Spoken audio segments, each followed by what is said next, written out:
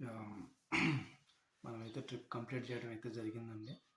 నేను మీకు ఆల్రెడీ చెప్పాను కదా! మేము ధర్మస్థలం ప్లస్ మురుడేశ్వరం అయితే వెళ్ళామని చెప్పాను కదా! ఆహ్, ధర్మస్థలం ఎలా వెళ్ళాలి? మీరెక్కడి నుంచి వెళ్లారు? ఎంత బడ్జెట్‌లో వెళ్లారు? ఎంత డిస్టెన్స్ ఉంది? ఎన్ని డేస్ స్టే చేశారు? రిటర్న్ ఎలా వచ్చారు? ఎక్కడ ఏమేమైతే చూడాలి అనేది మీకు ఈ వీడియోలో అయితే నేను క్లియర్‌గా అయితే చెప్తాను. మీరెవరైతే స్కిప్ చేయొద్దు. మీరు కొత్తగా చూస్తున్న వాళ్ళైతే సబ్స్క్రైబ్ చేసుకొని, లైక్ చేసుకొని, షేర్ చేయండి. నేను మీకు అన్ని డీటెయిల్స్ అయితే చెప్తాను ఈ వీడియోలో. మేమైతే ఫస్ట్ విజయవాడ జంక్షన్ నుంచి యశ్వంత్పూర్ అయితే రీచ్ అయ్యాము. మనకి మామూలుగా అయితే మేమైతే సాటర్డే సాయంత్రం విజయవాడ జంక్షన్లో Tata Nagar to Yeshwantpur junction super fast express అయితే ఎక్కాము. అంటే మేము సాటర్డే ఎక్కాము. అది సండే ఎర్లీ మార్నింగ్ 6:50కి రీచ్ అయింది. 6:50కి రీచ్ అయితే అతను రైల్వే అతను ప్లాట్ఫామ్ ఇవ్వలేదు. క్రాసింగ్ పెట్టాడు, ప్లాట్ఫామ్ అయితే ఇవ్వలేదు. తర్వాత 7:20కి అయితే రీచ్ అయింది యశ్వంత్పూర్ జంక్షను. మళ్ళీ మేము అక్కడి నుంచి యశ్వంత్పూర్ టు కబకపుత్తూరు వెళ్ళాలి. మనం ధర్మస్థలం వెళ్ళాలంటే యశ్వంత్పూర్ నుంచి కబకపుత్తూరు వెళ్ళాలి. అది ట్రైన్ ద్వారా అయినా వెళ్ళొచ్చు, బస్ ద్వారా అయినా వెళ్ళొచ్చు. మేమైతే ట్రైన్ ద్వారా వెళ్దామని ప్లాన్ చేసుకున్నాము. ట్రైన్ అయితే 7:15కి ఉంది యశ్వంత్పూర్లో. బట్ మాకు ట్రైన్ లేట్ అయింది. టాటా నగర్ టు యశ్వంత్పూర్ ఎక్స్ప్రెస్ 7:20కి రీచ్ అయ్యాము మేము యశ్వంత్పూర్ జంక్షన్. జస్ట్ 5 మినిట్స్లో మాకు ట్రైన్ అయితే మిస్ అయింది, కబకపుత్తూరు వెళ్ళాల్సిన ట్రైన్. సో మేము ఏం చేసామంటే మళ్ళీ ప్లాన్ చేంజ్ చేసాం. ప్లాన్ బి ఉంది మా దగ్గర. అయితే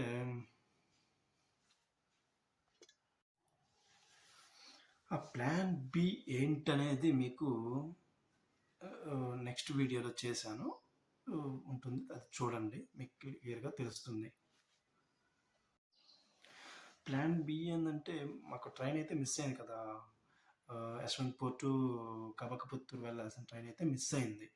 సో మేమేం చేసామంటే హాసన్ జంక్షన్కి రీచ్ అవ్వడానికి ఏ ట్రైన్ ఉందని చూసుకున్నాము. చూసుకుంటే శివమొగ్గ ఇంటర్సిటీ ఎక్స్ప్రెస్ అయితే ఉంది. శివమొగ్గ ఇంటర్సిటీ ఎక్స్ప్రెస్ అయితే మామూలుగా అయితే హాసన్ జంక్షన్ అయితే వెళ్ళదు. బట్ ఆ రోజు ఎందుకు మన అదృష్టమో ఏమో తెలియదు కానీ ఈ రూట్ డైవర్ట్ చేశారు. బట్ ఏదో ప్రాబ్లం అనుకుంటా, టెక్నికల్గా అయితే ప్రాబ్లం అయితే డైవర్ట్ చేస్తే హాసన్ జంక్షన్ అయితే వెళ్ళిందట. మేమైతే హాసన్ జంక్షన్ అయితే రీచ్ అయ్యాము. యశ్వంత్పూర్ నుంచి హాసన్ జంక్షన్ అయితే రీచ్ అయ్యాము. అది శివమొగ్గ ఇంటర్సిటీ ఎక్స్ప్రెస్. ఆ రోజు మాకు 9:15కి అయితే యశ్వంత్పూర్లో స్టార్ట్ అయింది. మేము 12:30 to 1 లోపు అయితే హాసన్ జంక్షన్ అయితే రీచ్ అయ్యాము. మామూలుగా అయితే ఆ ట్రైన్ అయితే వెళ్ళదు. మీరు వెళ్ళాలనుకునే టైం చూసుకొని ఏ ట్రైన్ అయితే వెళ్తుందో ఆ ట్రైన్ రీచ్ అవుతుందో లేదని చూసుకొని మీరు వెళ్ళండి. మేము వెళ్ళిన రోజు అయితే అది డైవర్షన్ చేయబట్టి మేమైతే వెళ్ళగలిగాం, లేకపోతే వేరే ట్రైన్ చూసుకొని మేము వెళ్ళేవాళ్ళం. సో మీరు వెళ్ళాలనుకున్నప్పుడు ఒకసారి క్రాస్ చెక్ చేసుకొని వెళ్ళండి. మేము హాసన్ జంక్షన్ అయితే రీచ్ అయ్యాం కదా, మళ్ళీ అక్కడి నుండి మేము బస్ స్టాండ్కి రీచ్ అయ్యాము. హాసన్ జంక్షన్ నుంచి హాసన్ బస్ స్టాండ్కి రీచ్ అయ్యాము. అక్కడి నుంచి మనకి డైరెక్ట్గా బస్సులు అయితే ఉంటాయి, ఎక్కడికి ధర్మస్థలం వెళ్ళడానికి అయితే ఉంటాయి. ధర్మస్థలం వెళ్ళడానికి అయితే మనకి బస్ ప్లాట్ఫామ్ మీదకి అయితే వచ్చేసింది. మేమైతే బస్ అయితే ఎక్కేసాము. మాకు ఛార్జీ వచ్చేసి ఎక్కడ నుండి మురుడేశ్వరం నుండి కాకుండా ఇదేది Haasan junction to Dharmasthala direct bus ఉంటుంది. మాకు ఛార్జ్ వచ్చేసి 150 రూపీస్ అయితే ఛార్జ్ చేశారు బస్కి పర్ పర్సన్కి. మేమైతే ఇద్దరు వెళ్ళాము. పర్ పర్సన్ 150 అయితే ఛార్జ్ చేశారు. నెక్స్ట్ ఏంటనేది నెక్స్ట్ వీడియోలో అప్లోడ్ చేస్తాను, చూడండి. మొత్తానికైతే మనం ధర్మస్థలం అయితే మేము రీచ్ అయిపోయాము. 5 కల్లా రీచ్ అయిపోయాము. మేము 1:30కి అయితే హాసన్లో బస్సు ఎక్కాము. 1:30కి ఎక్కాము. 5:35 కల్లా మేము ధర్మస్థలం అయితే రీచ్ అయిపోయాము. ఛార్జ్ వచ్చేసి 150 పడింది పర్ పర్సన్. అసలు మామూలుగా ఇక్కడ వరకు రావడానికి ఎంత డిస్టెన్స్ ఉంది, ఎంత ఖర్చు అయింది అనేది మీకు ఇప్పుడు మళ్ళీ చెప్తాను. చూడండి, విజయవాడలో అయితే మేము ట్రైన్ ఎక్కాం కదా. మన విజయవాడ నుంచి యశ్వంతపూర్ జంక్షన్కి 12 అవర్స్ అయితే పడుతుంది. ఛార్జ్ వచ్చేసి 240 రూపీస్ అయితే పర్ పర్సన్ పడుతుంది. మళ్ళీ అక్కడ నుండి Haasan junction Yesvantpur to Haasan junction reach అవ్వడానికి పర్ పర్సన్ 70 రూపీస్ అయితే ఛార్జ్ అయింది మాకు ట్రైన్కి. మళ్ళీ అక్కడ నుంచి మీకు ఇంతకుముందు వీడియోలో చెప్పాను కదా, 150 రూపీస్ అయితే ఛార్జ్ అయింది బస్కి ధర్మస్థలం రీచ్ అవ్వడానికి. మొత్తం డిస్టెన్స్ వచ్చేసి విజయవాడ టు యశ్వంతపూర్ అయితే 700, యశ్వంతపూర్ టు హాసన్ అయితే 170 కిలోమీటర్స్. ఇంకోటి Haasan junction to Dharmasthala temple దగ్గరికి అయితే 110 కిలోమీటర్స్ అయితే ఉంది. మొత్తం మనకి దగ్గర వచ్చేసి 22 అవర్స్ జర్నీ అయితే పడుతుంది మనకి విజయవాడ నుంచి ఇక్కడికి ఈ ధర్మస్థలం టెంపుల్ దగ్గరికి రావడానికి. అయితే మనకి దగ్గర 24 అవర్స్ అయితే పడుతుంది. 22 అవర్స్ టు 23 అవర్స్ 24 అవర్స్ పడుతుంది. అది మీ టైం చూసుకొని బయలుదేరండి. టైం అవైలబిలిటీ ఇవన్నీ చూసుకొని మీరు బయలుదేరండి. ఇక్కడ వరకు అయితే మనకి ఇలా ఖర్చు అయింది.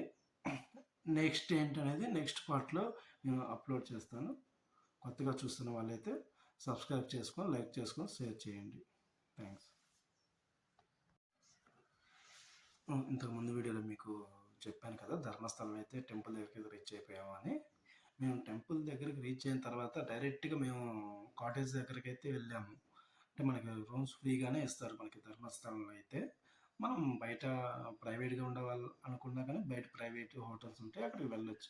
మేము ఎందుకులే ఇస్తున్నారు కదా ఫ్రీగా అని మేము కాటేజ్ దగ్గరికి అయితే వెళ్ళాము. కొంచెం డిస్టెన్స్ అయితే ఉంటుంది వెళ్ళడానికి. మేము వెళ్ళిన వచ్చేసి కాటేజెస్ నేమ్ అయితే నేత్రావతి. అది వచ్చేసి కొంచెం లాస్ట్లో ఉంటుంది. ఇది కొంచెం వాకబుల్ డిస్టెన్స్లోనే ఉంటుంది టెంపుల్ టు కాటేజెస్కి. అది వెళ్తే మేము ఇంకోటి అది ఫ్యామిలీస్ వరకు అయితేనే ఇస్తారు, ప్లస్ కపుల్గా వెళ్తే ఇస్తారు. సింగిల్గా వెళ్తే ఇవ్వద్దు. సింగిల్గా అయితే దయచేసి ఎవరు వెళ్ళొద్దు. దయచేసి సింగిల్కి అసలు ఇవ్వరు. ఇంకోటి కాటేజెస్లో మన దగ్గర 100 రూపీస్ అయితే డిపాజిట్ తీసుకున్నారు.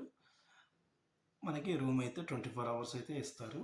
రూమ్స్ అయితే చాలా బాగుంటాయి, చాలా శుభ్రంగా ఉంటుంది. వాటర్ కూడా ఫ్రీగా ఉంటుంది మనకి. ఏ ఫ్లోర్ బాత్రూమ్స్ ఉంటాయి, వాష్రూమ్స్ ఉంటాయి, అన్నీ ఉంటాయి. చాలా నీట్గా ఉంటుంది మనకి. 2 టైమ్స్ అయితే క్లీన్ చేస్తారు పర్సన్ వచ్చేసి రూమ్కి. ఇంకోటి మనకి రిటర్న్లో వెళ్ళేటప్పుడు అయితే 50 రూపీస్ అయితే ఇచ్చేస్తారు. మనం చేసిన డిపాజిట్లో 24 అవర్స్ తర్వాత మనం రిటర్న్ వెళ్ళేటప్పుడు అయితే 50 రూపీస్ రిటర్న్ ఇచ్చేస్తారు. మళ్ళీ మేము మార్నింగ్ దర్శనానికి అయితే వెళ్ళాము. మనకి దర్శనం ఎక్కువ టైం అయితే పట్టదండి, జస్ట్ 1 అవర్లో అయితే కంప్లీట్ అయిపోతుంది. శ్రీ మంజునాథ దేవస్థానంలో మనకి దర్శనం అయితే ఫ్రీ దర్శనమే. మనకి జస్ట్ 1 అవర్లో కంప్లీట్ అయిపోతుంది. మనకి అయితే ఎక్కువ టైం అయితే పట్టదు. కొంచెం మండే అయితే మాత్రం కొంచెం టైం పడుతుంది, ఎందుకంటే మండే శివాలయానికి ఎక్కువ మంది వస్తుంటారు కదా భక్తులు. సో దానివల్ల కొంచెం ఎక్కువ టైం అయితే పడుతుంది. ఇంకోటి వచ్చేసి కొంచెం ప్రసాదం అనేది కొంచెం కాస్ట్లీగా ఉంటుంది. ప్రైస్ అయితే కొంచెం ఎక్స్పెన్సివ్గా ఉంటుంది. 200 నుంచి స్టార్ట్ అవుతుందండి ప్రసాదం. సో మీరు నేను చెప్పిన అమౌంట్ అయితే ఉంది కదా, ఈ అమౌంట్ని బేస్ చేసుకొని మీరు ప్లాన్ చేసుకోండి ధర్మస్థలం వెళ్ళడానికి.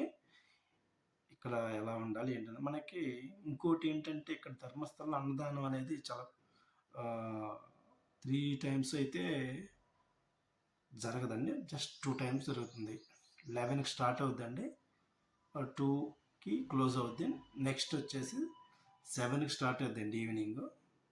7 to 10 PM వరకు అయితే అన్నదాన ప్రసాదం జరుగుతుంది, ప్రతిరోజు ఉంటుంది. ఇంకోటి ఇదైతే అంతా మనకి ఫ్రీగానే ఉంటుంది. చెప్పారు కదా, మార్నింగ్ 11 to 2 PM వరకు. తర్వాత వచ్చేసి 7 PM టు ఈవినింగ్ 10 PM వరకు అయితే మనకు అన్నదాన ప్రసాదం ఫ్రీగా ఉంటుంది. మాకైతే దర్శనం 1 అవర్లోనే కంప్లీట్ అయిపోయింది. వితిన్ 1 అవర్లోనే చాలా బాగా అయితే మాకు దర్శనం జరిగింది.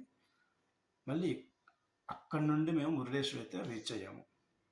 మురుడేశ్వర్ ఎలా రీచ్ అయ్యారనేది నెక్స్ట్ వీడియోలో మీకు అప్లోడ్ చేస్తాను. మీరు కొత్తగా చూస్తున్న వాళ్ళైతే సబ్స్క్రైబ్ చేసుకొని లైక్ చేసుకోండి. థ్యాంక్స్. స్టార్ట్ అయ్యాం ధర్మస్థలం నుంచి మురుడేశ్వర్ వెళ్ళడానికి అయితే మేము 10కి స్టార్ట్ అయ్యాం. ధర్మస్థల బస్ స్టాప్కి వెళ్ళి బస్ స్టాండ్లో మేము బస్సు ఎక్కాము. కబకపుత్తూరు అనే రైల్వే స్టేషన్కి వెళ్ళడానికి మేము ధర్మస్థలంలో బస్సు ఎక్కాము. టికెట్ ప్రైస్ వచ్చేసి 55 rupees per person. 55 rupees Dharmasthala నుండి కబకపుత్తూరుకి పర్ పర్సన్ 55 రూపీస్ అయితే ఛార్జ్ చేస్తారు కేఎస్ఆర్టీసీలో. జర్నీ అవర్ వచ్చేసి 1.5 అవర్ టు 2 అవర్స్ అయితే పడుతుంది. నియర్లీ, ఎగ్జాక్ట్లీ కాదు, నియర్లీ అయితే పడుతుంది. అక్కడి నుంచి మనకి ట్రైన్స్ అయితే అవైలబుల్గా ఉంటాయి. డైరెక్ట్ మురుడేశ్వర్ వెళ్ళడానికి అవైలబుల్గా ఉంటాయి. మేమైతే చెప్పాను కదా 10 AM అయితే స్టార్ట్ అయ్యాము ధర్మస్థలంలో. మేము కబకపుత్తూరు రైల్వే స్టేషన్కి అయితే 12:30కి అయితే రీచ్ అయిపోయాము. 12:30కి రీచ్ అయిపోయి బస్ స్టాండ్ నుంచి రైల్వే స్టేషన్కి కొంచెం ఒక 1.5 కిలోమీటర్స్ అయితే ఉంటుంది పుత్తూరులో. అదైతే మేము జస్ట్ వాకింగ్ ద్వారా అయితే వెళ్ళాము. మధ్యలో కొంచెం నీరసంగా ఉంటే కొంచెం చెరుకు రసం అయితే తాగేసి మేము డైరెక్ట్గా స్టేషన్కి అయితే రీచ్ అయ్యాము. స్టేషన్ బయటే మనకి ఫుడ్ అయితే అవైలబుల్గా ఉంటుందండి. ఫ్రైడ్ రైస్, ఫాస్ట్ ఫుడ్ లాంటిది అవైలబుల్గా ఉంటుంది. చిన్న చిన్న షాప్స్ అయితే ఉంటాయి. మనకు నీడ్ ఏదైనా ఉందంటే అక్కడ మనం వాటర్ బాటిల్స్ ఇలాంటివి అయితే కొనుక్కోవచ్చు. మాకు కబకపుత్తూరులో ట్రైన్ వచ్చేసి 3:30కి అండి. డైరెక్ట్గా మురుడేశ్వర్ వెళ్ళిద్ది. 3:30కి ట్రైన్ అయితే ఉంది. మేమైతే 3:30కి ట్రైన్ అయితే ఎక్కేసాము. మాకు ఛార్జ్ అయితే 105 రూపీస్ అయితే ఛార్జ్ చేశారు. కబకపుత్తూరు టు మురుడేశ్వర్కి 105 రూపీస్ అయితే ఛార్జ్ చేశారు. మేము 3:30కి అయితే ట్రైన్ ఎక్కేసామని చెప్పాను కదా. మేము 8:30కి రీచ్ అయిపోయాం. PM ఈవినింగ్ 8:30 PMకి మురుడేశ్వర్ అయితే రీచ్ అయిపోయాము. అక్కడి నుంచి డైరెక్ట్గా మేము హోటల్ దగ్గరికి అయితే వెళ్ళాము. మురుడేశ్వర్ రైల్వే స్టేషన్ నుంచి డైరెక్ట్గా మురుడేశ్వర్ టెంపుల్ దగ్గర ఉన్న హోటల్స్ దగ్గరికి అయితే వెళ్ళాము. అది ఆటో ద్వారానే వెళ్ళాలి. నడవడానికి అయితే కొంచెం డిస్టెన్స్ 3 కిలోమీటర్స్ లోపు అయితే ఉంటుంది. సో ఆటో తీసుకొని వెళ్ళాలి. 60 రూపీస్ తీసుకుంటారండి ఇద్దరి మీద. మురుడేశ్వర్ రైల్వే స్టేషన్ నుంచి టెంపుల్ దగ్గర ఉన్న హోటల్స్ దగ్గరికి అయితే ఒక పర్ పర్సన్ 30 రూపీస్ తీసుకుంటారు. మేము ఇద్దరం ఉన్నాం కాబట్టి 60 రూపీస్ తీసుకున్నారు. అక్కడి నుంచి మనం డైరెక్ట్ హోటల్ దగ్గరలో మాకు హోటల్ అయితే 1500లో 24 అవర్స్ కాదు 48 అవర్స్కి తీసుకున్నాం మేము. 48 అవర్స్కి 1500కే తీసుకున్నాం మేము.